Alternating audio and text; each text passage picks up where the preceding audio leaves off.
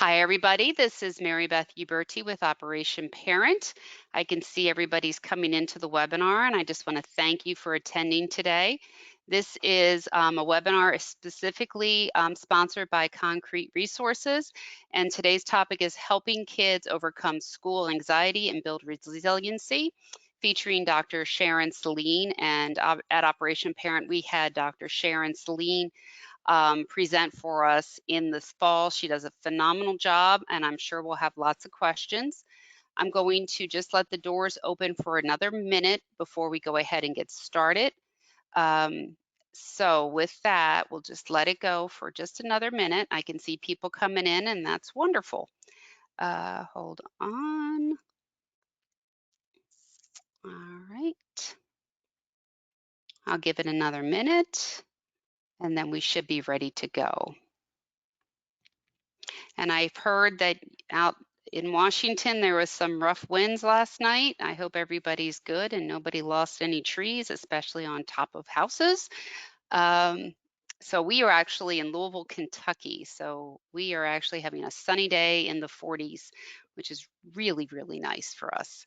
And I see somebody has a question. Let me just see. Okay. And let's see here. All right. All right, just for sake of everybody else, so you know how this all works, we do record this event. So this event is recorded. You will receive a copy of recording link this evening, about 6 hours after we're done today.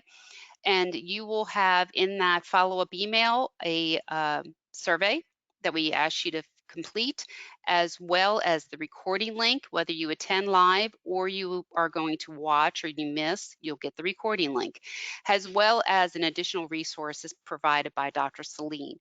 So look out for that email. It'll come from the same email address as your confirmation email. Also, in that, for those of you that are attending live today, for those attending live, you will receive a certificate of attendance.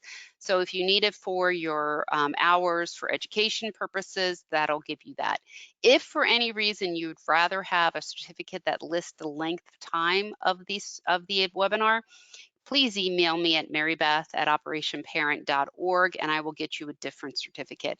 The certificate you will receive is actually coming from GoToWebinar. So with that, I'm going to go ahead and get moving along here. So we're going to just go to the next slide here. And again, welcome everybody to our webinar today. Again, my name is Mary Beth Uberti with Operation Parent. We are so excited to have you here. For those of you that are kind of new to Operation Parent, we are a nonprofit here in Louisville, Kentucky. We provide information to parents, caregivers, anyone involved raising a preteen and teen on a variety of teen topics.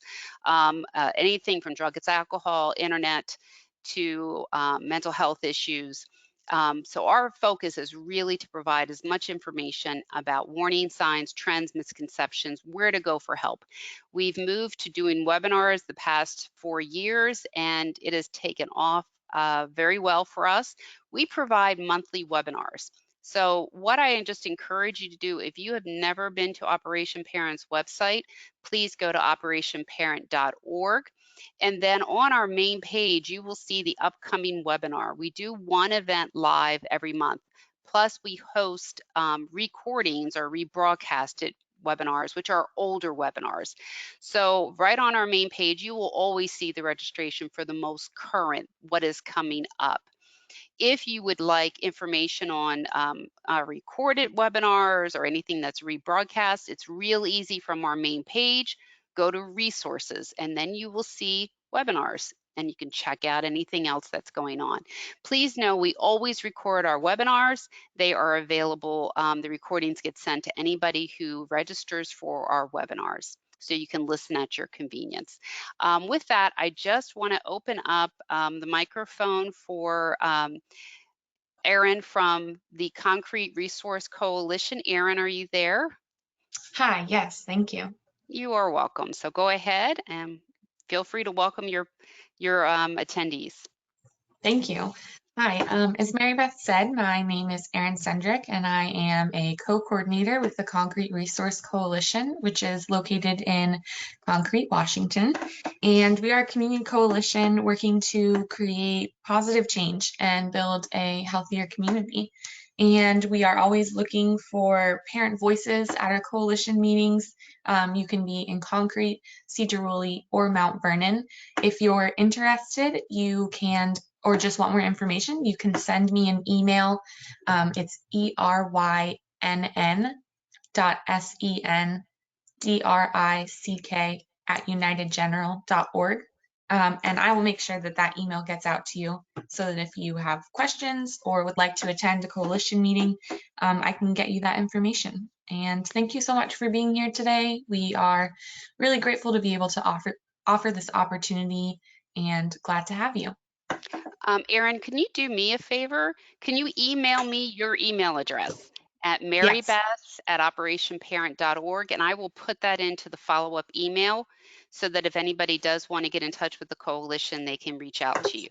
How's that? That sounds great. Thank you, Mary Beth. No problem. All right, Erin, I'm going to go ahead and turn off your microphone, and I'm so glad that you are here today. All right. So again, some things to discuss while we're getting ready to get this webinar started is the control panel that you are seeing on your screen with GoToWebinar. A couple things I do want to make you aware of and how we can communicate is through our question tab. So with that little box that is an arrow in it, that is the minimize the control panel. If you click it, you can minimize the control panel. You click it again, you maximize it, you can see it. But open it up, and then further down, you will see the questions section. This is where you're going to communicate with us. This is the best way to communicate with us. As we go through the webinar today, if you have a question for Dr. Celine, please put it here. Okay, so if you have a question for Dr. Celine, I just encourage you to go to the question section, type in it, and send it.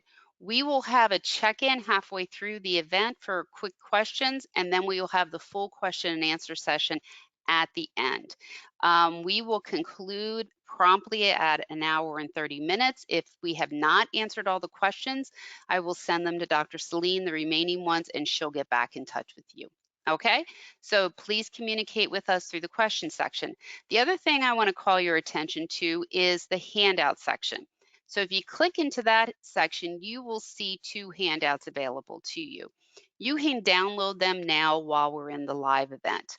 About an hour prior to this event, you should have received an email from me at marybeth@operationparent.org, and I attached the email in the email I attached the handouts, as well as an additional resource Dr. Celine was sharing with you. So if you did not see that email, please go back into your emails later on today and look for an email from marybeth@operationparent.org, and you will see the handouts. But for those of you that are live today, very easy, go in there into handout section, click, and start the download process. Okay, and as I mentioned, we are recording this, so you will get the recording whether you're attending live or you're not able to attend and you're going to be watching it at your convenience. So just keep an eye for the follow-up email. That'll come out this evening, your time, about 7, 8 o'clock tonight. You should have it in your email. So with that, I'm going to open up Dr. Celine's camera and wait for Dr. Celine. There you are. Hello. Hello, Mary Beth, and hello, Erin. Thank you so much for having me. It's a pleasure to be here. All right, well, we are excited, and let me get your screen ready. And with that, I'm going to turn off my camera and mute myself. And Dr. Celine, the stage is yours. Okay, so let's go to the first slide. I'm going to, let's see, Mary Beth, can I have control over the slides, please? Or could you advance? I can advance, or do you want control? No, you can just say, I can, I'll just say next. Okay, that's fine. All right. Next.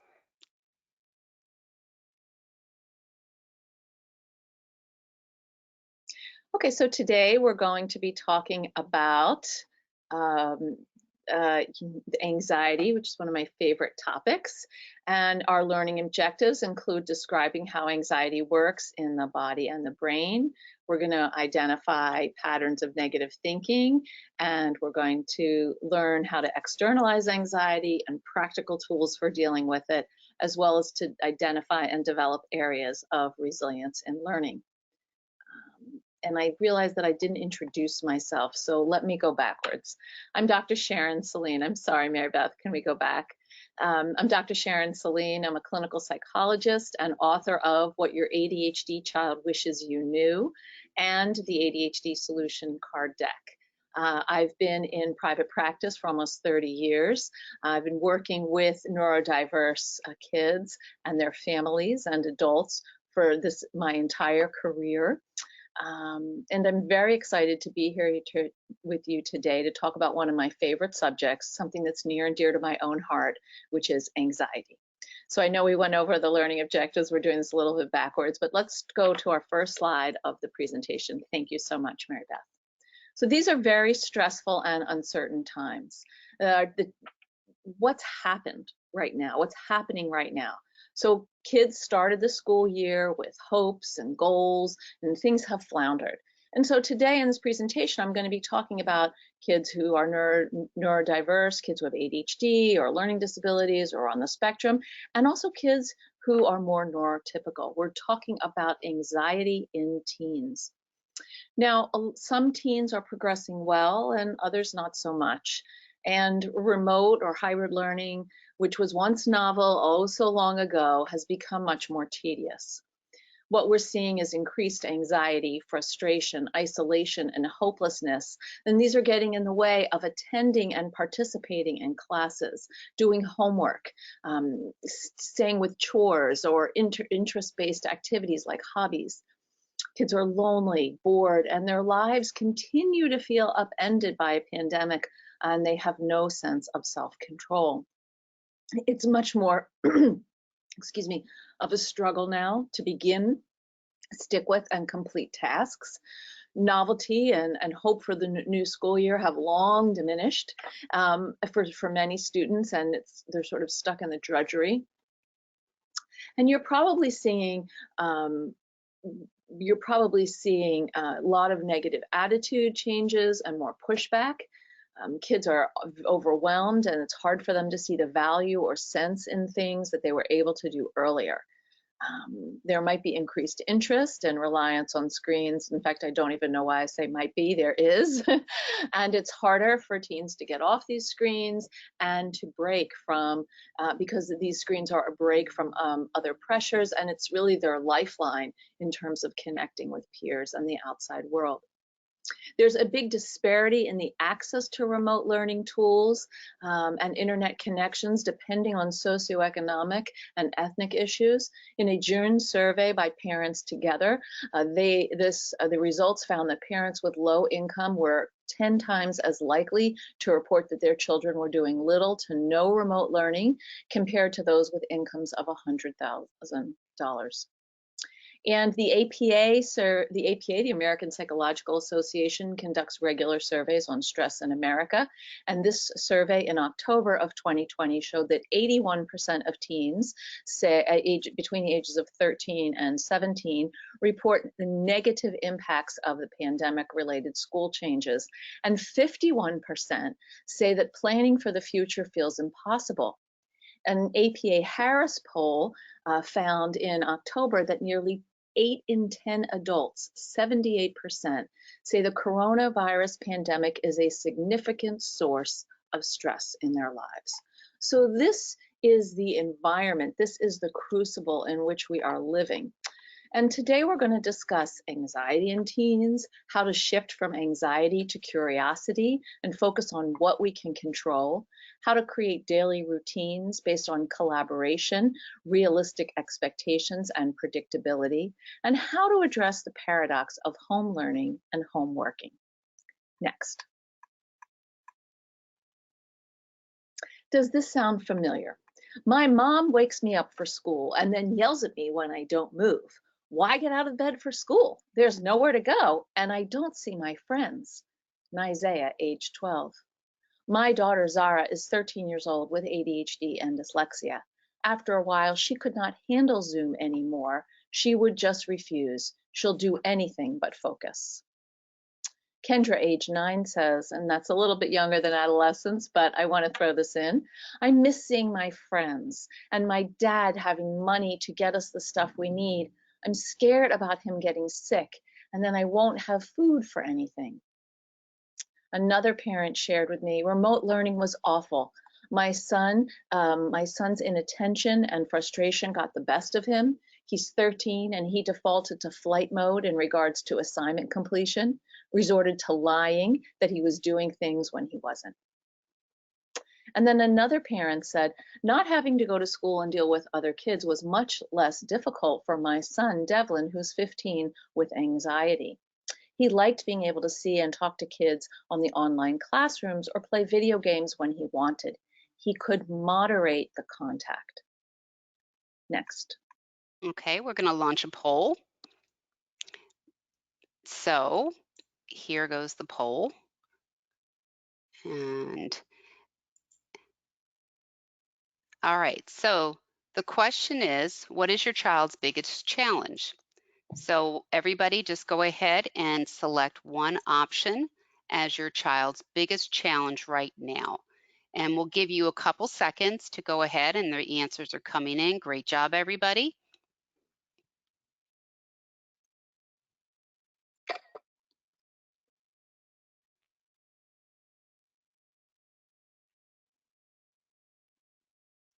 All right, I'm going to give it another second because I think we're getting toward the end of everybody putting it in there. All right. There's a few people that have not voted, so go ahead, everybody. Just go ahead. I see about 69% voted. Would love it to get to 100%. So, oh, we're getting there. All right. Yeah.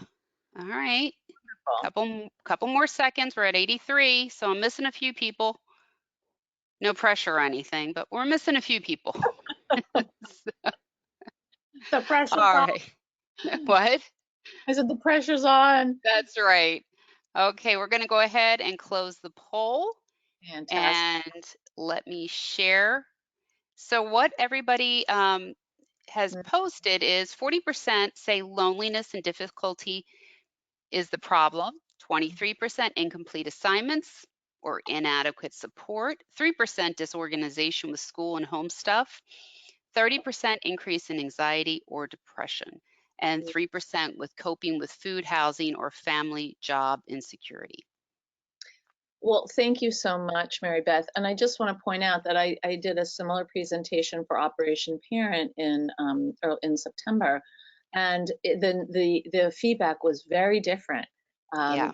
The number one challenge was disorganization with school and home stuff. And the number 2 was increase in anxiety and depression. So that stayed similar. But what shifted is that right now the number 1 concern is loneliness and difficulty maintaining social connections. And we'll try to address that in this presentation, but if not, in our question and answer section. So let's go on to the next slide. Anxiety disorders, it's the next one. Yeah, so just, there we go.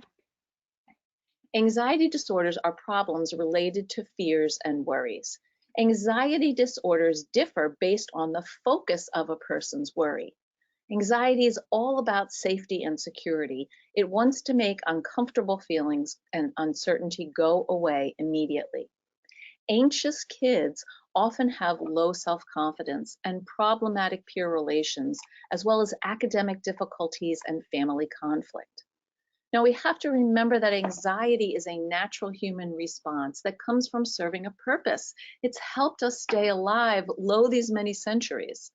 And our goal isn't to dismiss it entirely, but to respond to it in ways that are healthy and manageable. Anxious kids struggle with tolerating uncertainty, solving problems effectively, and often fall lower on autonomy scales. We want to teach them to be bored by anxiety, not frightened by it. Interestingly, children of anxious parents are more likely to be anxious and perceive ambiguous situations as threatening. There's a genetic component to anxiety, which is often more like a predisposition to it. Although in my case, who I come from a long line of anxious, neurotic Jewish women, I'm pretty sure it's in my genes. Hopefully I brought a smile to your faces. So let's go to the next slide. So what is anxiety? Anxiety is experienced cognitively and physically. Anxiety is adaptive and helps our bodies prepare for real danger. You know, we learned how to, like, we went out and we got something to eat and we heard a crick crick and we look up and there's a tiger. Our amygdala, that's part of our limbic system that controls the fight, flight, or freeze mechanism, would kick into gear and turn us around, and boom, we'd run back to our cave.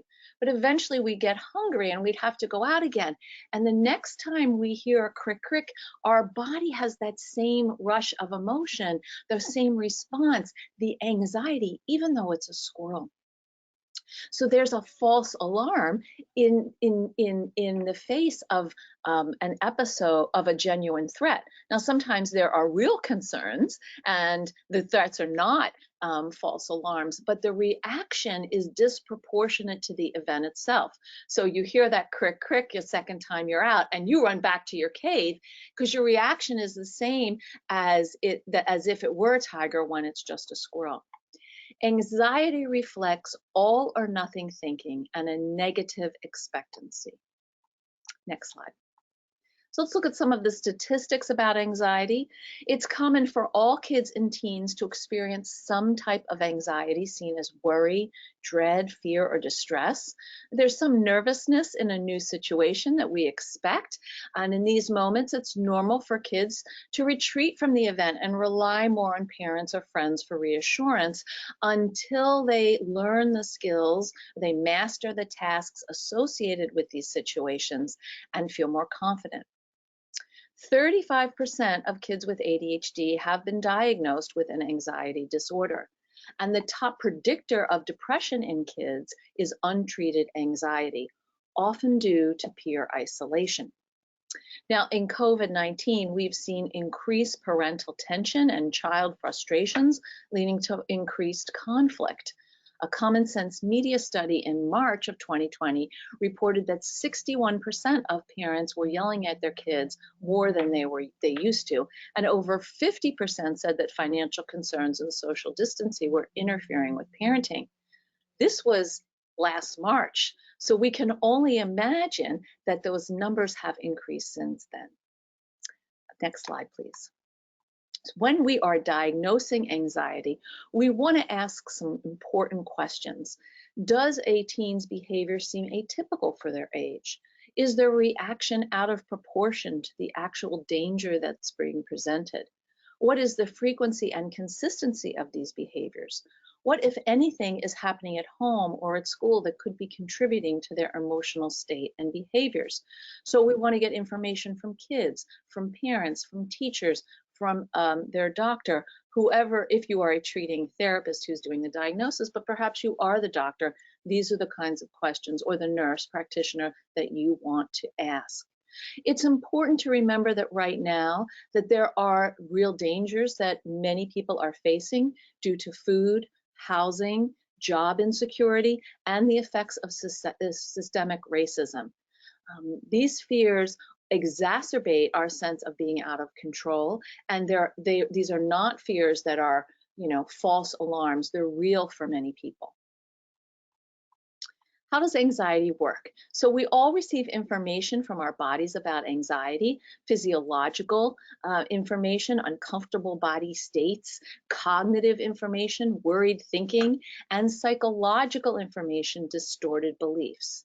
There's a difference between a real danger, boy, that car's coming at me really fast while I'm trying to cross the street, and a perceived danger, that small spider crawling on the floor 10 feet away could bite me and kill me. Okay, those are very, very different. And so we want to teach our teens how to distinguish between these perceptions. We want to identify the signals that let us know that we're feeling anxious. Is our heart rate increasing? Are you sweating? Are you feeling hot? Is the volume of your voice going up? We want to remember that worry is how we think about something, and anxiety is our physical response based on triggers. So what happens is that we have a trigger and then our worried thoughts. And we want to intervene between the trigger and the worried thoughts, because the worried thoughts produce anxiety and those distorted beliefs. Next slide. Worry is a condition where we expect a negative outcome. I think that's right. Anxiety is a condition of over responding to a fear or worry. Worriers turn what ifs into believable situations. And worries, on the flip side, worriers are excellent planners. I'm a terrific planner. They have future focused thinking and they have creative ways of seeing things. They're just applying that creativity to the worst case scenario rather than to other types of problem solving. Next slide. There are two types of worry that lead to anxiety. Productive worry is worry about doing things. Homework, getting to work on time, remembering to charge your phone. These traits contribute to the helpful planning side of anxiety. Poisonous worry is worry about things you cannot control. Thunderstorms, whether people will like you or if the plane will crash. Productive stress versus poisonous stress is something we need to identify, because in some communities, anxiety is real because the danger and the hardship is real. And so we have to help kids identify what is stress based on realistic threats and what is stress that you're imagining. Because the stress based on realistic threats, you can plan for, you can brainstorm about what to do. Now, anxiety is dramatic. It brings along tantrums, and for teenagers, those tantrums are in screaming, maybe crying, kicking, slamming doors, throwing things. Anxiety is manipulative. It wants comfort and certainty. Anxiety means that your teen is being pushed into a situation where they do not have the internal skills to manage it. We need to teach them these skills. And I'm going to say that again. Anxiety is showing us that your child or teen is being pushed or is in a situation where they do not have the internal skills. They cannot access their resources in order to manage the challenges they are facing. It's a red flag for us. Our job is to teach them these skills. We can never close the certainty gap for people. Life is impossible to live without feeling uncomfortable in some way. We've all learned to push through those moments when we're uncomfortable or unsure to get to the other side. That's how we build feeling competent. And this is what we want to teach our kids. Next slide. Now, how does trauma affect child development and anxiety? When kids have grown up with trauma, whether that's physical abuse, emotional abuse, neglect, sexual abuse, or the trauma of systemic racism or poverty, they rely more on their amygdala, their emotional brain, which it makes it easier for them to jump to anxiety and agitation. So the brain develops from the back to the front and the inside out. And in the back of the brain, where that ridge is our reptilian brain. It's what keeps us alive. It's our physiological brain, heart rate, breathing, blood pressure. The middle of the brain is the emotional brain, also known as the mammalian brain. This is where the seat of languages and memory, as well as managing emotions. And then the frontal brain right here, the prefrontal cortex, is often called the thinking brain or the human brain. Because kids who've experienced trauma tend to hang out more in their emotional brain, it gives us some insight into why reactions to traumatic events can be more intense for many teens than for kids. Also because the prefrontal cortex, this part of our brain right here, finishes developing in age 25 for neurotypical brains and around age 28 for brains with ADHD. There's a bit of a lag. So for teenagers who spend more time in their emotional brain, they will have bigger reactions in general to things. Kids who've experienced trauma may tend to mature more slowly, hang out with the other kids, prefer very comfortable situations. It can be difficult for them to form lasting friendships or know how to soothe themselves when they're upset. These kids require solid trauma-informed care, with the addition of building up cognitive skills over emotions.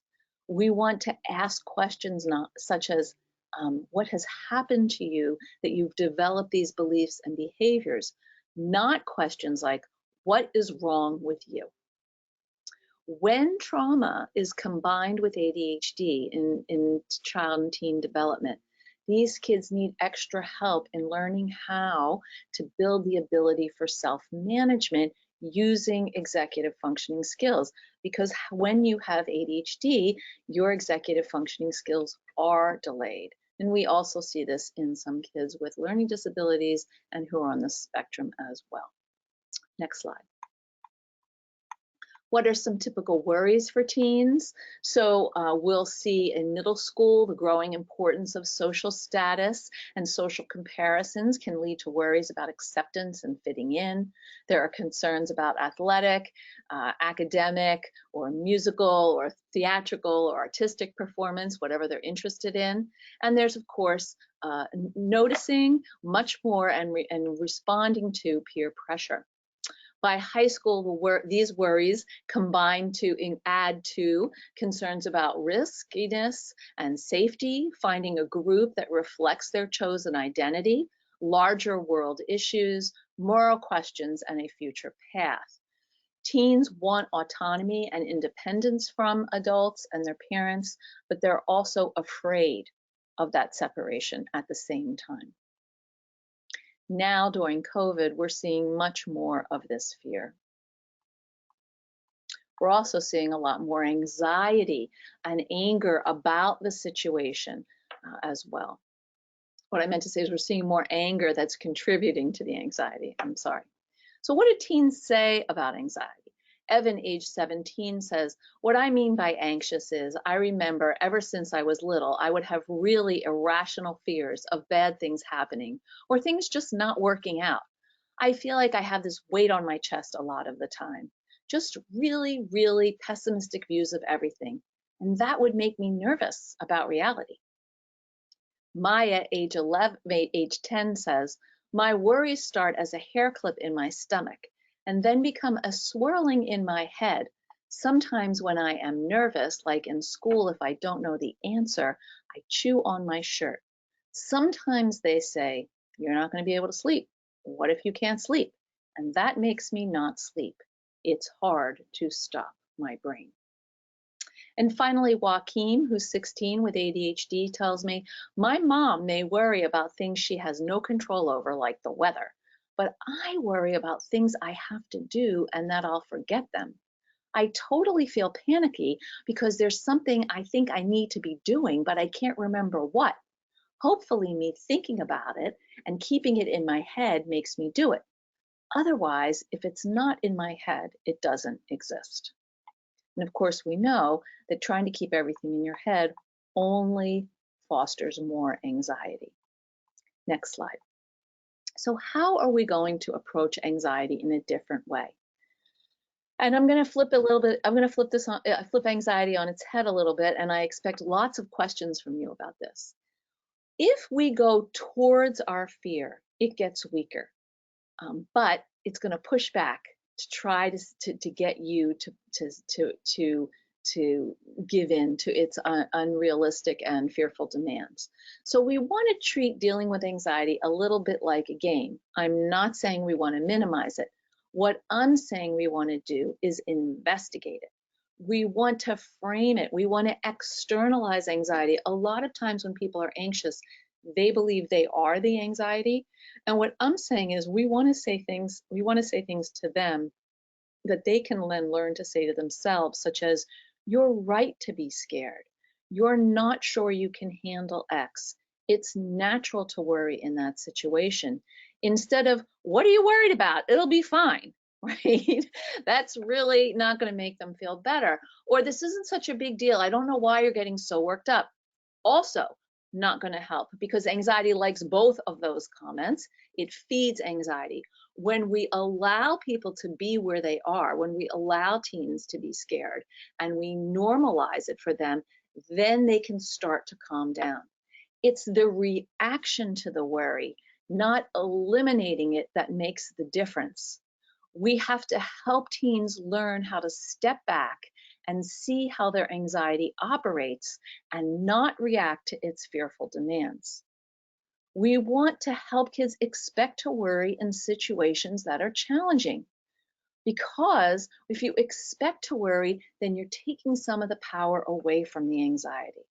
Worry says blah, blah, blah, and you can't handle it. Anxiety is an overestimation of the problem and an underestimation of the resources available to deal with it.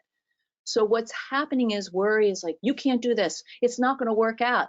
And instead of, and makes this problem seem really big, instead of, this is a problem, we've been in a similar situation like this before, I have some resources, I know what I'm going to apply here. So our goal in helping kids manage anxiety, and frankly helping ourselves, is to teach them how to tolerate and cope with uncertainty in their lives, realistically evaluate the safety of a given situation on their own, and build on past successes and apply those tools to the current challenge. This is how we develop resiliency.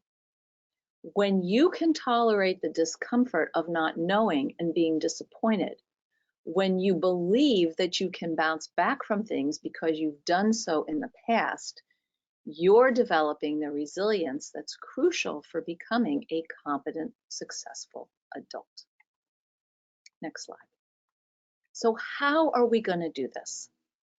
Okay, so anxiety is showing us that there's a situation that I don't know how to handle. Okay, I don't know what the skills are that I need to manage this situation. And it's impossible to live a full life without feeling uncomfortable. So think about your own life. I'm sure you've had to push through many times when you were uncertain, or you were frightened, or you didn't think you had it in you. This is one of those times in our lives right now. And it's very hard to continue to dig up the resources and the resilience to get through. And we can talk about that a little bit later, because I'm seeing a lot of resilience fatigue. People just are burnt out. They're tired. They're tired of COVID. They're tired of worrying. They're tired of online or hybrid school. And those are real conditions and real feelings. We want to build on our executive functioning skills to develop confidence. So the executive functioning skills are the management systems of the brain. They're located here behind in our prefrontal cortex, but they're not specific organs. What they are a set of skills that help our brain, are the directive capacities of our brain to help us live our lives. And they're things like impulse control, emotional control, organization, planning, prioritizing, sustained attention, working memory, time management, shift, flexibility, and goal-directed persistence. And the very last executive functioning skill to develop is what I call self-evaluation. It's also known as metacognitive awareness. It's how we perceive and understand ourselves. These are the skills that we need to rely on to fight back when we're having an anxiety attack, to learn how to turn down the volume on the intensity and the frequency of the anxiety we're experiencing. Next slide. So the way we're going to do this is by changing our relationship to worry, changing your teen's relationship to worry by using externalization and levity. And what I mean by that is we're going to treat anxiety like a puzzle. We're going to investigate it with our Sherlock Holmes hat on, and we're going to frame it. I wonder what anxiety is telling you about yourself right now. Or, I notice anxiety is taken over and is telling you that you need to be afraid and never go out, not go back to school because, it's not going to work out for you. We want to identify the way that worry is setting the stage and the terms of the game. The idea is to be an ally with your teen, not their problem solver, because you cannot reassure your teen for the rest of their lives. They have to learn to do this themselves. So you want to be able to offer compassion and empathy and love and support and help them figure out what to do. The learning process happens over time by reminding people of the ways in which they've succeeded in the past in spite of their worry. Anxiety is extremely talented at erasing memories of courage and triumph. So we feel disempowered, disheartened, and discouraged. With our worries, we have to help kids distinguish between a signal, something is happening, that car is coming very fast, I need to jump back, versus the noise, I'm never going to be able to pass my science class because I failed my last test and I'm going to fail the next test. Okay? The language that we want to use to help people combat that negativity, that negative expectancy, that defeated talk of anxiety is something like, I'm willing to feel unsure. I'm going to try to grab onto my courage like I did at this time and try something here. So this is challenging for many teenagers, and it's challenging for a lot of people right now because we can't remember when was something as challenging as this. But we've all had hardship in our lives. We've all had moments where we thought we weren't going to get through. And it's definitely worth it to sit down at the family table after dinner or during dinner and say, like, when was the last time things were really hard like this? What did we do? How did we get through? Maybe someone in your family died. Maybe someone was sick. Maybe you had to move suddenly out of your apartment or your home. The second thing to do is to try the worst case scenario exercise. If your teen follows the worry to its end, what happens? And what I think about doing this is we want to ask questions such as, and then what? And then what? And we go down the line until we get to whatever the end is. And when we get to that end, the question we want to ask is, can you live with that? Now, sometimes the end might be, this was going to happen, and this is going to happen, and then I'll be dead. And so to ask the question, well, can you live with that is kind of, ironic, and it's sort of black humor, but you'll be dead. So what will the difference be? And I am joking here. So I hope you're smiling and laughing with me. What we want to do is point out the illogic of the anxiety.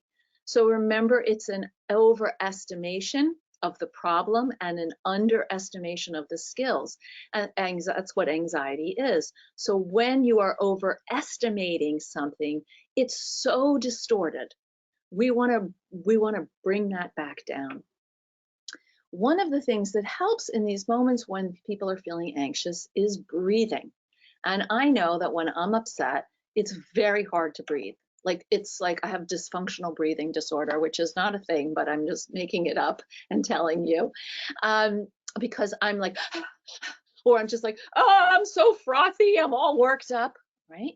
So what we want to do is to practice breathing exercises outside of a panicky event so that you know where you want to go to. Because if you don't know what calm feels like, you're not going to be able to get back there. Okay. So what are some things that we can do to practice breathing exercises? We'll get to that a little bit later, I promise you. Part of shifting our approach to anxiety is to opt for curiosity. Now, the persistent trauma of the pandemic has blended what I call trauma with a capital T, which is trauma that happens over and over and over again, recurrent trauma, versus trauma with a small t, which is a single incident trauma.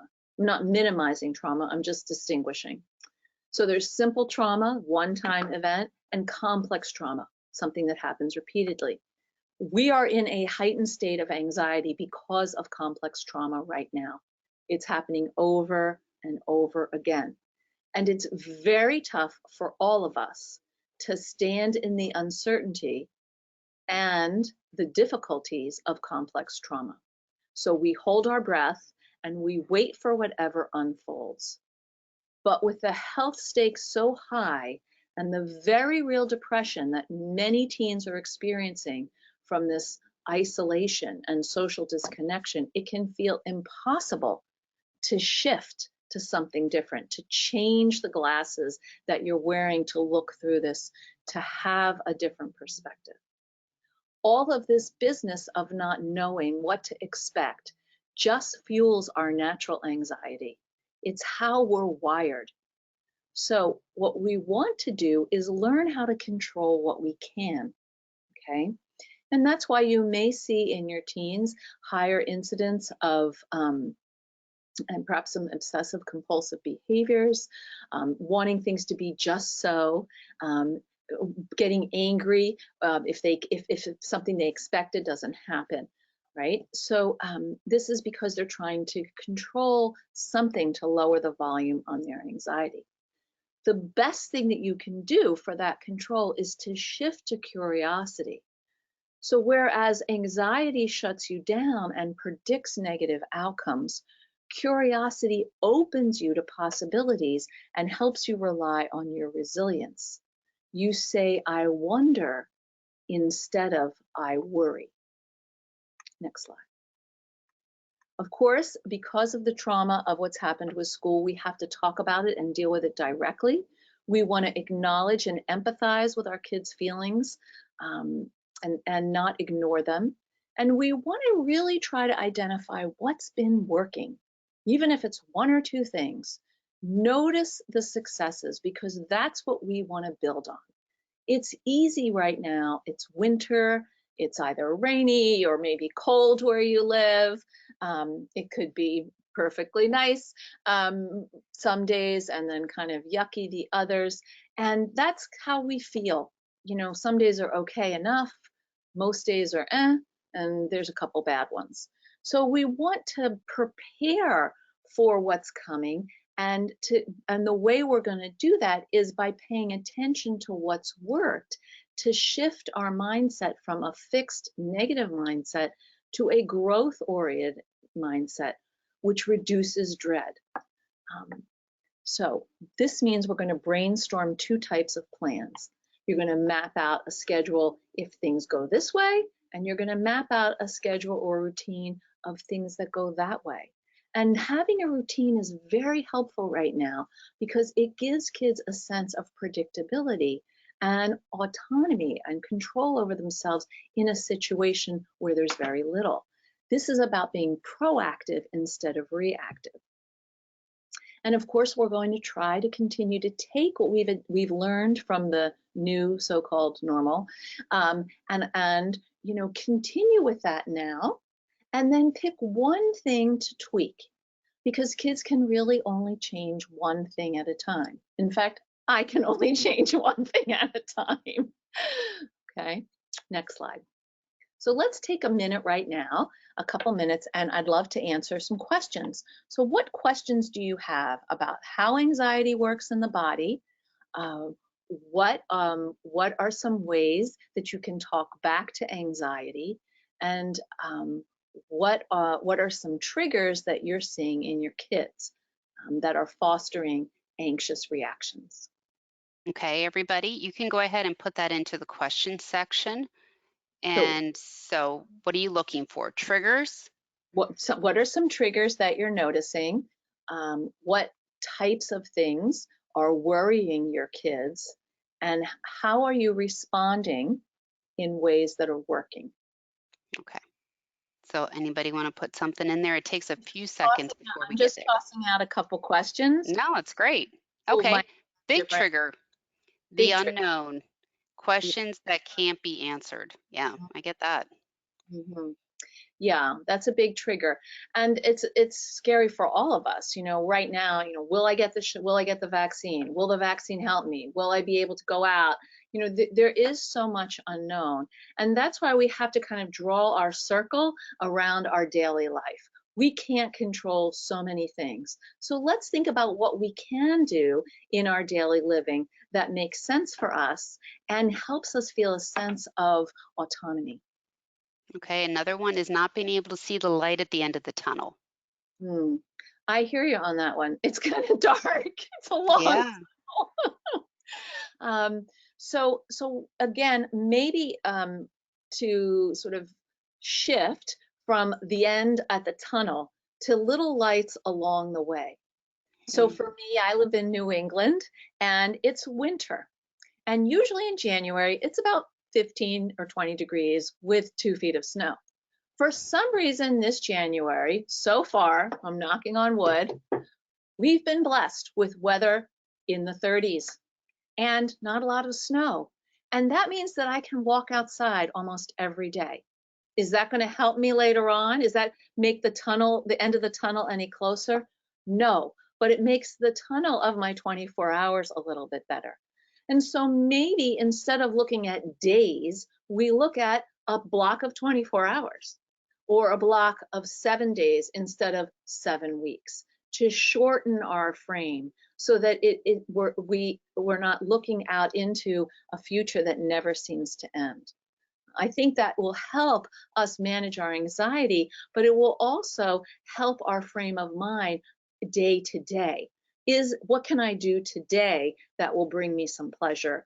What can we do as a family that might enhance our connectedness? Do we need to make popcorn and put on our pajamas and watch a movie tonight because we need a break? All right. Another one here is more of a question. You know what? I'm going to wait on this one question toward the end. Okay. Another trigger is schoolwork is mundane and too much is given. They worry about peer acceptance. What works? Look at evidence for worries and shift to positive well-being. So a little bit of a statement too. So that's a lot of things in one thing. So when we talk about the mundanity of schoolwork and what I see in a lot of school districts is they're just piling on like busy work because they can't really do what they're used to doing, which is in-person education. And Hmm. so I think if your kids are not able to do the work that's being asked of them, particularly if they have learning challenges, talk to the school because you may need to get a 504 or an IEP, or you need to adjust whatever educational plans are already in place. What's important now is your relationship with your kids and their relationship with themselves, right? Whether or not they complete 25 math problems is less important than if they do 12. And so how are you going to work with the school district to make that happen? Because mental health issues, severe anxiety, depression, ADHD, these actually affect someone's ability to be productive. Let's Okay, keep going. Oh, I'm going to let's give you one more, and because this is a big one, I hear from a lot of parents, is my eighth grader is also having anxiety that he will not be ready for high school. Hmm. That is a very fair worry. And I hear this a lot too, Mary Beth. The good news is your eighth grader is in the same boat as all the other eighth graders in your school district. So, for whatever ways in which your eighth grader is not prepared, your eighth grader is not alone. And from the educators I know and with whom I speak, there will be adjustments made in terms of expectations of incoming ninth graders because this year has been so bizarre. And so what I think will happen is that there'll be catch up. Okay, so we'll go ahead with the presentation. Okay, next slide. So I'm just going to quickly say that there are a lot of inequities in the access to hybrid education, which makes remote learning or much more difficult. And I don't want to spend a lot of time on this, but I do want to say that if your child received academic support in a classroom or is not succeeding right now, it is on the school to help you get through. And this means that you need to put on your very, your hard hat and go in and really fight for what your child needs. Because this is a time when adjustments have to be made to accommodate particularly alternative learners, but also kids who are experiencing serious mental health issues.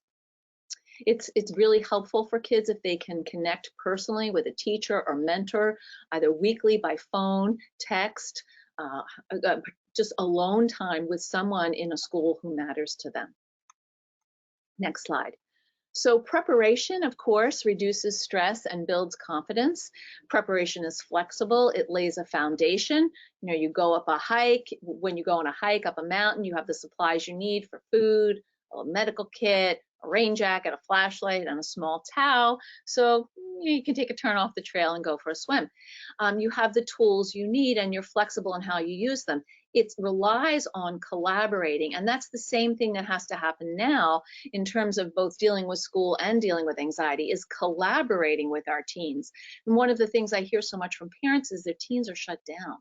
They're very angry, and the people who are receiving that anger are the parents, because they're angry at the situation, or they're scared, or they don't see the light at the end of the tunnel. They're taking it out on you, and that isn't really going to help the situation. And so I feel like it's important for you to have a conversation with your teen about the fact that you're their ally. You don't want to be their taskmaster in terms of school. And so that's why we need to put stuff back onto the school. If you want to have a successful conversation with your teen, my advice is to do a few things. One, go somewhere in the car, even if it's to the grocery store, and talk to them then. Take a walk, or maybe with the dog, or just the two of you where you're not face to face, or go into their room at night when they're in bed, and they love to talk then. My daughter will love to come to me at 10:15 at night when I was just like ready to go to sleep, and she'd be like, "Mom, can we talk about something?" And I'd be like, "Ugh, where are the toothpicks for my eyes?" Right? We go in her room, I'd sit on the floor, she'd sit in bed, and then I'd hear about what was really going on. So we want to make ourselves available to our teens, and sometimes that face-to-face sitting down conversations are very awkward and uncomfortable for them. Next slide, please. So when we're talking about setting goals for kids and working together with them to get them done, what we're talking about are using incentives, not punishment. We want to motivate kids for unpleasant or unsatisfying tasks until their internal reward systems mature. And internal motivation systems kick in the late teens or early 20s for neurotypical kids. So our goal is we want to link have-tos to want-tos. And that means establishing a system of earned privileges that makes sense to their brains as well as yours. And for most families, this has to do with screen time, which is very complicated because a lot of parents have given away the store in terms of letting their kids have as much screen time as they want because they feel bad that their kids are lonely and depressed. And yet, if you give away the store, you don't have anything to negotiate with. So we have to dial it back a bit so that they have a certain amount of free screen time that they get every day, and then a bonus amount of time that they earn through doing chores that matter to them. So let's say you want your kid to have 3 hours of screen time outside of school a day. I know it's a low number, but I'm working with math here. And so they get the first 2 hours at a certain time every day. They get that when they finish their homework at 5, they get, or 4, they get 2 hours.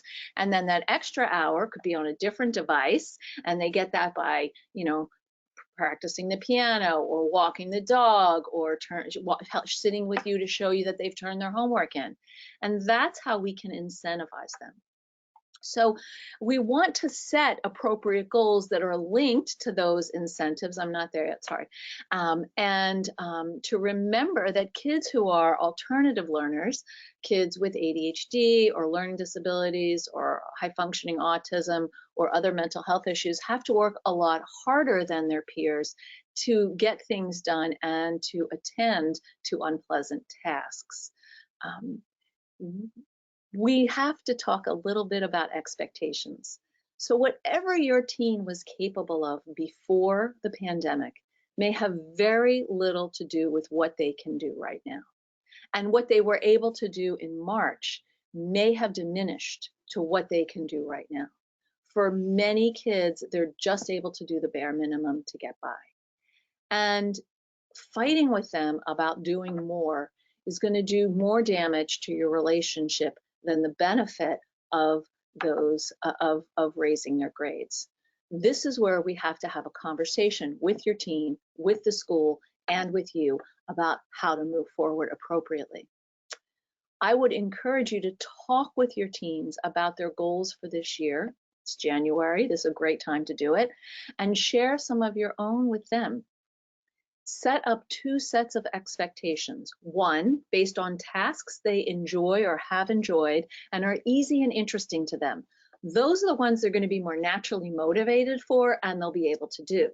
Then you need a second set of expectations based on subjects or activities that they struggle with. We want to shore up their strengths and challenges simultaneously, but not identically. So it's okay to make accommodations for tough classes in hybrid learning or remote learning without giving kids a pass. I have a client and her daughter is dyslexic and has ADHD and was basically failing 2 of her 4 classes. And her phone broke. So the mother said to her, the marking period ends in 3 weeks. If you can pass all your classes, we will negotiate a phone and a plan for the use of that phone. And the hours with which you can use that phone will be linked to your continued passing grades. What happened? She brought up her grades. They were D+, C-, but she was passing. So that's what I'm talking about, like using incentives that matter to kids.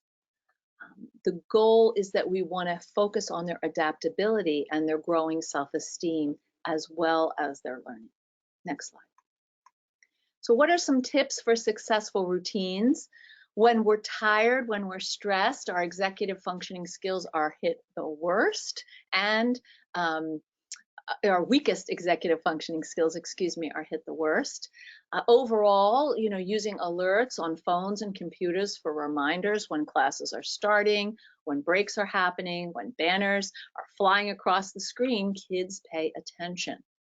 For days when your student is at home, and this could be every day, make sure to include time for a snack and stretch, physical movement, and some screen-free time just to rest their eyes. Our brains need that. We can't consolidate the information we're learning or metabolize it systemically, like to actually get it without having some screen breaks. Try to budget in some fun time as well. Help your kids see their friends in safe ways, whatever that is in your community or in your family. If that's wearing masks, being 6 feet apart at your driveway, that's great. If that's wearing masks and being at a park on either side of a bench, or being in your backyard or on your balcony in your apartment, so that you can have some supervision. Make sure kids go out with hand sanitizer and their masks. They may or may not wear them, but at least they have them. With teens, you want to talk about what it means to be safe and what's really happening with their friends. In my town, teens are sneaking off and getting high with their friends or sneaking off and drinking with their friends. And not only is that terrible in terms of the substance abuse, but the COVID contagion is terrible. They're sharing their devices, let's just say, or their bottles, and they're spreading germs. And so it's worth talking about what the effects of that will be on your family. I work with one family, and the 14-year-old would really like to hang out with more than one friend because their family formed a pod with another family. But she wants to see her grandparents, and she doesn't want her grandparents to be sick. And so she's made this sacrifice, and it's a big sacrifice. Um, Try to work alongside your kids for homework. Have some sort of family work time. Often kids can't, a lot of kids, they don't stay on task themselves. They wander around. They might want to sit in one place one time, in one place another. That's okay. They can have a couple different places to study. Maybe their bed is not the best place. In fact, I personally think doing school in your bed is not a great idea. That doesn't mean you can't be in your bedroom, and maybe you need the door open, but lying in bed isn't conducive to being in school because it's where you chill out, right? And so that's what your body is responding to. Often teens and tweens lack the impulse control to stay with the work at hand instead of going on YouTube, TikTok, Snapchat, or Instagram. And they hate online learning. So if you could have a time where you're all sitting at the table doing work, including you, I'm sure you have emails or projects or whatever you're working on, then you can be there to help redirect them or to casually get up and get a glass of water and see actually what they're doing. Aim for steadiness, not perfection. So you want to do the best you can. You want to acknowledge that they're doing the best they can, and if not, we're going to regroup and try again. Next slide, please.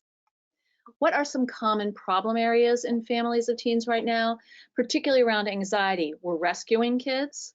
We're reassuring them that everything's going to be okay when they know darn well they're not sure it is. And we overprotect them.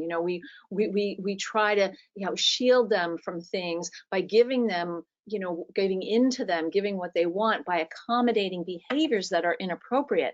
And this isn't actually doing anything except helping anxiety grow stronger. So when you make exceptions to anxiety, like, oh no, you can stay in your bed and not come to dinner because I know you're anxious, what anxiety is like, yes, I won, right? Instead of, no, we come to dinner in our family. That's what we do. And we put our phones down, and for 30 minutes, we hang out together. This anxiety doesn't like that because it wants you to give in to its irrational demands and its insecurity, instead of saying, we come to dinner, whether it's COVID or not.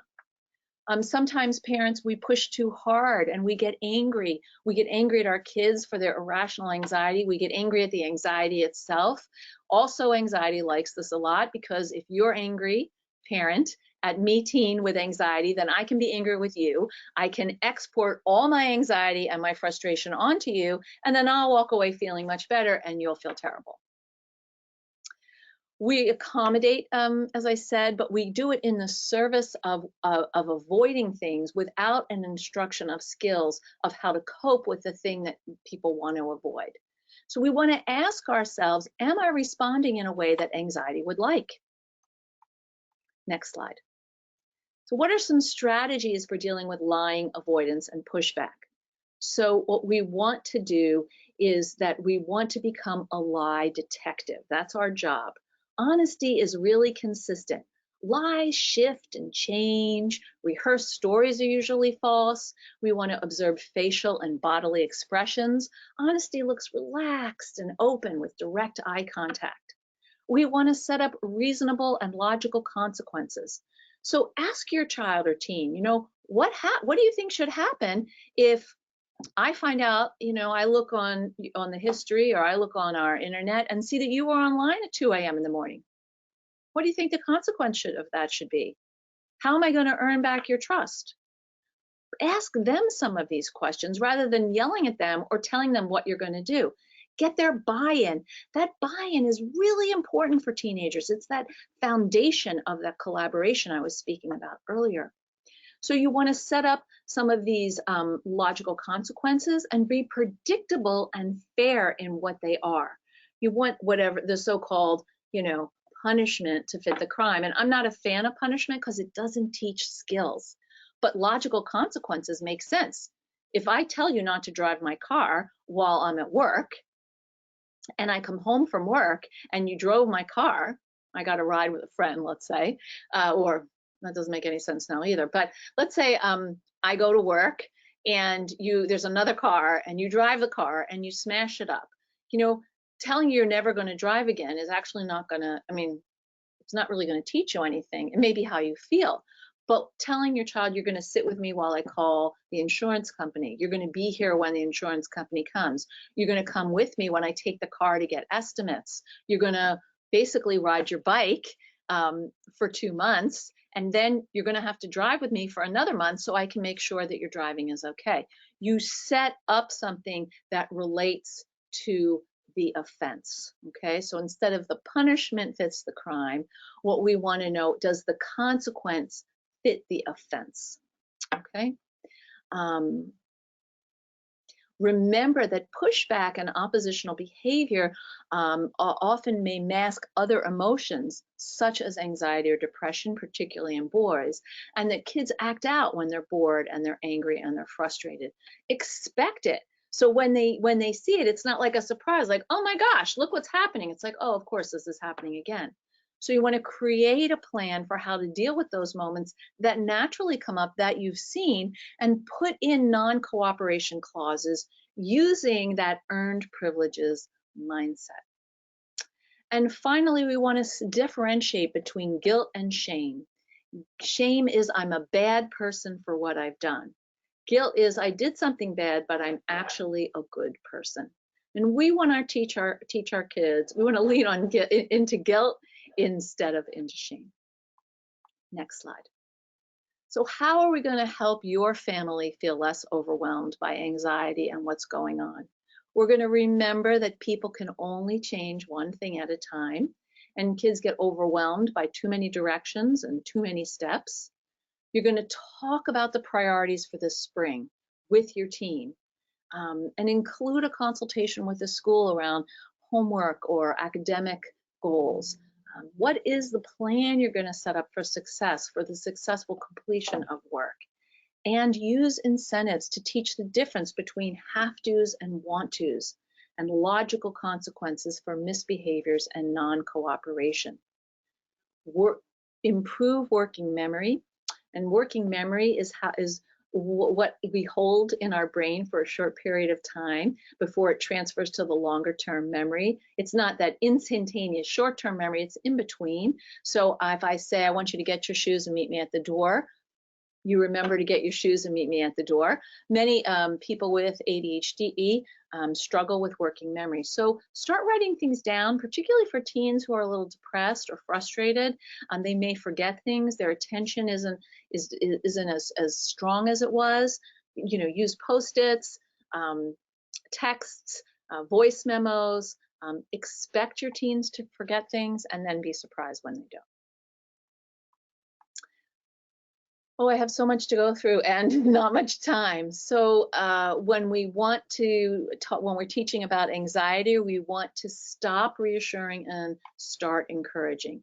So reassurance, telling them it's going to be okay, doesn't actually provide a lasting solution, because A, they don't believe you, and B, then they learn to rely on you to make things better for them. So it's a short-term decrease in anxiety, but actually a longer-term increase. And we want to validate instead of reassure. You're right to be scared. I see that you're scared. I understand that this is frustrating. It's hard to know how to handle it. It's natural to worry in this situation. Let's brainstorm some options. Your job is to maintain your support of your teen in the face of super irritating, super frustrating, and scary behaviors, because they feel out of control. That's why those behaviors are existing in the first place. And what you can do is reflect back to them, I'm frustrated. I don't know what to do to help you. That is actually a better way to go than telling them why what they're doing is wrong and not okay. Well, no, I mean, I think it's fine to tell them it's not okay, but by telling them what they're doing is wrong or how they're not measuring up. Excuse me. So to grow this positive mindset, to grow an ability to see that you can learn from experiences rather than everything is sort of fixed the way it is, you want to set realistic goals and expectations. You want to acknowledge challenges or weaknesses and see vulnerabilities as areas for improvement instead of character flaws.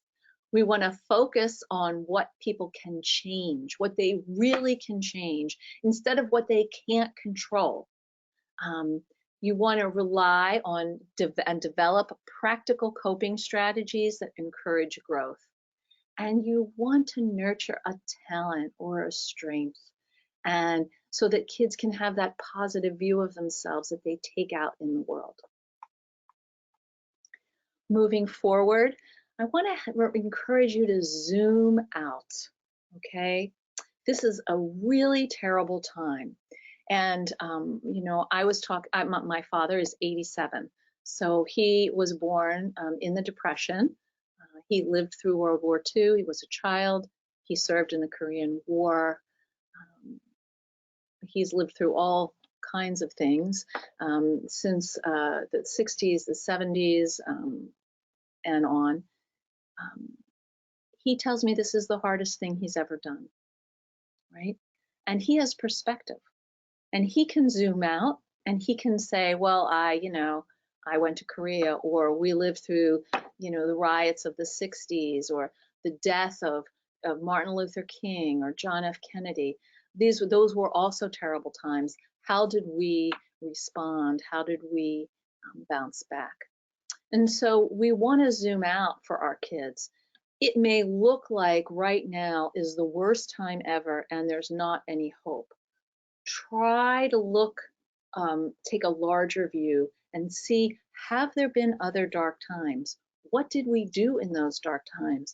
How did my child cope with them? How did I cope? So my advice is to be persistent in getting the help your student needs if they need more academic support or accommodations. Celebrate the small wins. One thing I'm recommending to families right now is to get some Post-its, and every day everybody writes one thing that was pretty good about their day. Doesn't have to be fabulous. It can be my hair looked good, or I liked my breakfast, or I got a B+ on my history test, and just have a wall and put the Post-its up on the wall, and at the end of the week stand together and look at them, and then you can take them down and go to the next week, just so that we're balancing all of this negativity with something that is acknowledging that there was a highlight or two in the day, or even a medium light. Acknowledge that fears and concerns are real before you do or say anything. This will help you stay patient and positive. Anxiety is frightening and powerful, and it wants to throw you off. Name a worry so you can devise a plan to talk back to it. I love when kids name their worries. It's really fun, and it sounds like it might be juvenile, but it's not. You can, name your math worry, or name your do I look good worry, and then you can come up with some things to say to it. And role plays can be a fun way to do that. Help kids access the facts versus the fiction about what's going on right now. You want your kids to hear things from you, not from the internet, particularly with what's happening politically right now and the rumors about the vaccines. You have to be a source of information, and maybe you sit down with them together and you research it. That's helpful. Limit the news intake if you need to at your family, and answer questions honestly. We want to teach kids, ultimately, who are anxious to tolerate their discomfort and their disappointment, and recall and hold on to their capacities for success. This is what builds resilience. What is the big goal right now is a positive connection with your team. That doesn't mean capitulating to them or handing over your parental authority. It means working with them for solutions and holding your ground when they don't cooperate. Make choices that support a balanced relationship. If your child needs help, speak to your pediatrician or your primary care provider, get a referral for a therapist or a counselor, and try not to worry yourself about your kids not doing well. Your worry about your kids' state of affairs only makes them more anxious. Now, I'm not saying you're going to poo-poo it. What I'm saying is you're going to hold out hope that things can be different. That's what your kid needs. And the kinds of behaviors that you're looking for in terms of worrisome behaviors would be, changes from past behaviors in terms of isolation, lethargy, what makes them happy, a lack of interest in activities, which of course we're going to see all of these. It's the degree and frequency. Are you sad some days? Are you sad every day? And how much are you sad? When you're talking to your kids, use compassion and empathy, not judgment. Be a sounding board. Try to use what, how, where, when, maybe instead of why, and do that distracting activity. And reframe can'ts into uncertainty. I'm not sure, I don't know, I'm afraid to, instead of I can't do this. Thank you so much for joining me, and I'd love to take some questions in our remaining time. All Please. right, Dr. Celine, while the questions are coming in, I just wanted to put up this slide. This is how you can get in touch with Dr. Celine. If you have questions or you want to follow her, she has great information on her website. So I encourage you to go check that out.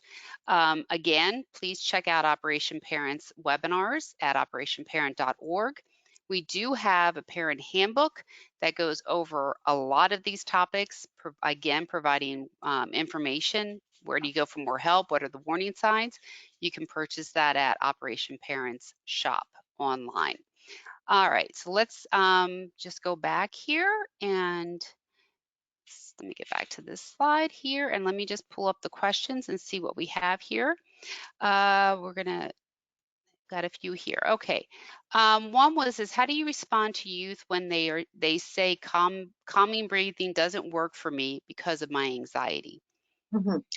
That's a great question. Mary Beth, could you put up the slide about how to connect with me, because it went by super fast and Oh, sure. I didn't even read it. I know what's on it. There you go. We'll have that up. When kids are telling you that breathing doesn't work for them, what they're actually saying to you is, it's not calming my thoughts. So you're asking me to calm my body, but it's not doing anything for my thinking, right?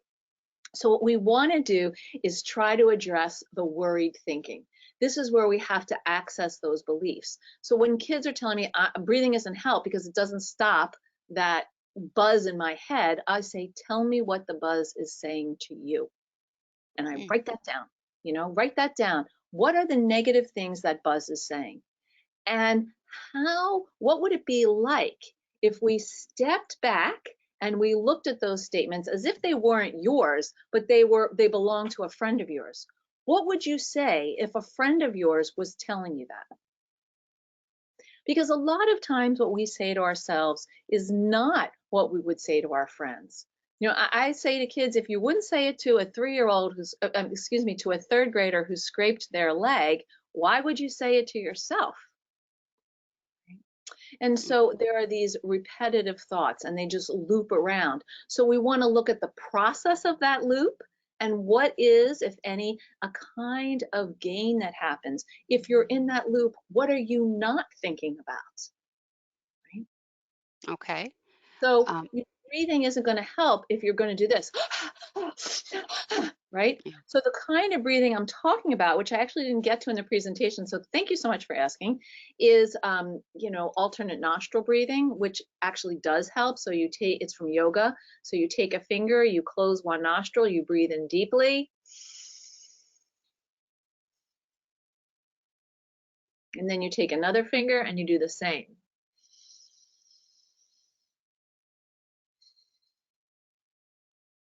Sometimes I have kids put their hand right here and breathe in a color. They close their eyes, picture a color, and they breathe in that color right into their hand. So actual taking deep breaths generally isn't going to work. We have to attach it to some other thing, right? And the reason that the alternate nostril breathing works is because it's an activity. And you can do the same thing with, you know, smell the flower and blow out the candle. Some kids like that, some kids don't. All right, they're great ideas. Um, it feels like there's a fine line between reassuring and acknowledging what's going on and reframing. Can you talk more about the differences? Yes, there is a fine line between reassuring, acknowledging, and reframing. That's a great question. So when we are reassuring, we are telling them it's going to be okay. Don't worry, Mm, I've got this. Okay. Versus acknowledging, which is you have every right to be afraid. This is it's like a neutral observation. This is the situation of what's going on. Versus reframing, which is where we want to get to, which is what would it be like if you said to yourself, I'm afraid of this and I want to move forward. What would it take to move forward? Okay. Or to say the reframing is I wonder about what would happen if versus I'm worried about what's going to happen if. It's an okay. open versus a closing. Um, okay, so I guess here's another question in talking about this. How can I encourage students to switch from worry to wonder? And Mm. what might that look like for them in the moment? Right. So in the moment, if someone's worried, they're fixed on something not working out. They're in a fear response. Their amygdala is driving the car that is them. Okay. In when we want to shift to worry, what we want to do is we want to give some neutral observational feedback. I see that you're really worried about this. I see that you're not sure you can handle it, right?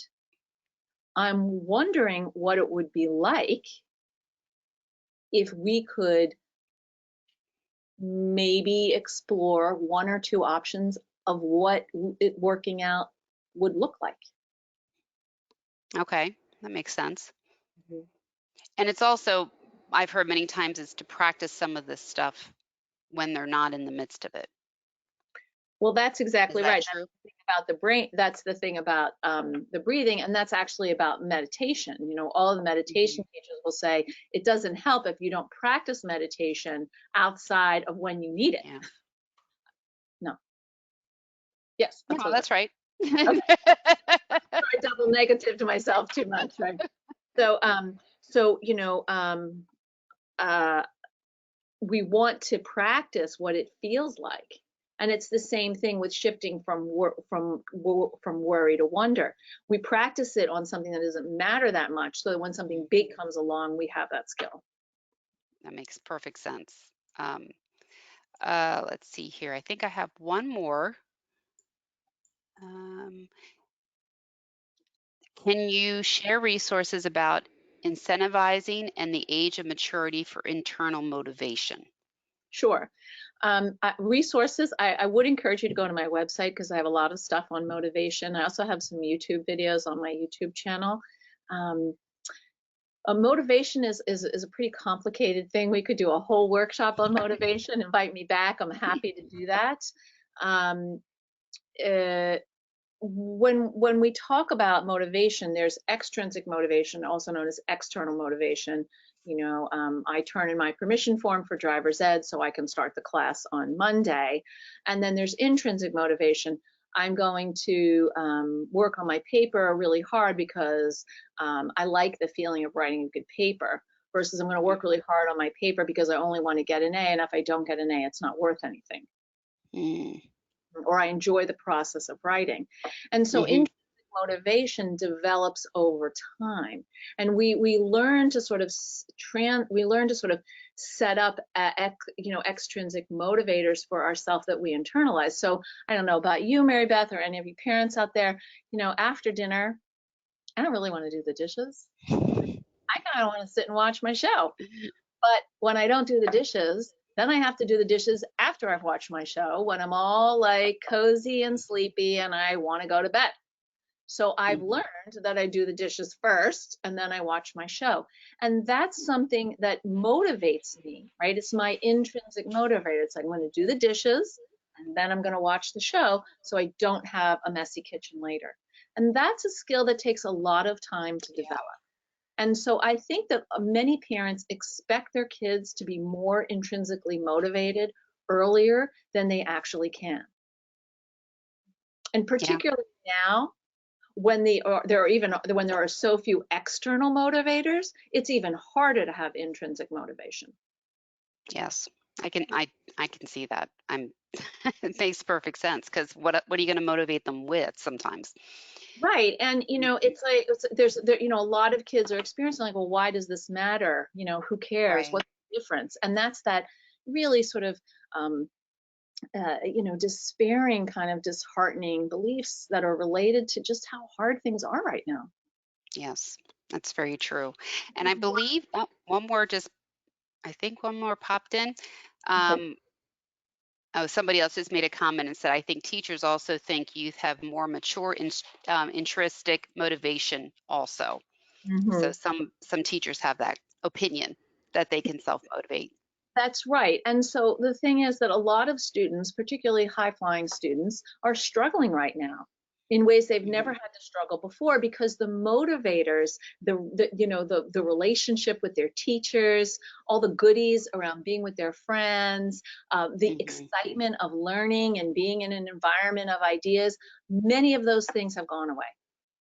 And so what I'm seeing in a lot of kids who've not struggled in school before is they've lost something and they can't get Mhm. back, and they're not psyched about doing what's Right. what's in front of them. Yeah, I can see it. I see it around, my son's in college, and it was a hard first semester. Hmm. You mentioned during your discussion that follow the what ifs. Well, what if that happens? And what if that happens? And we went down that path.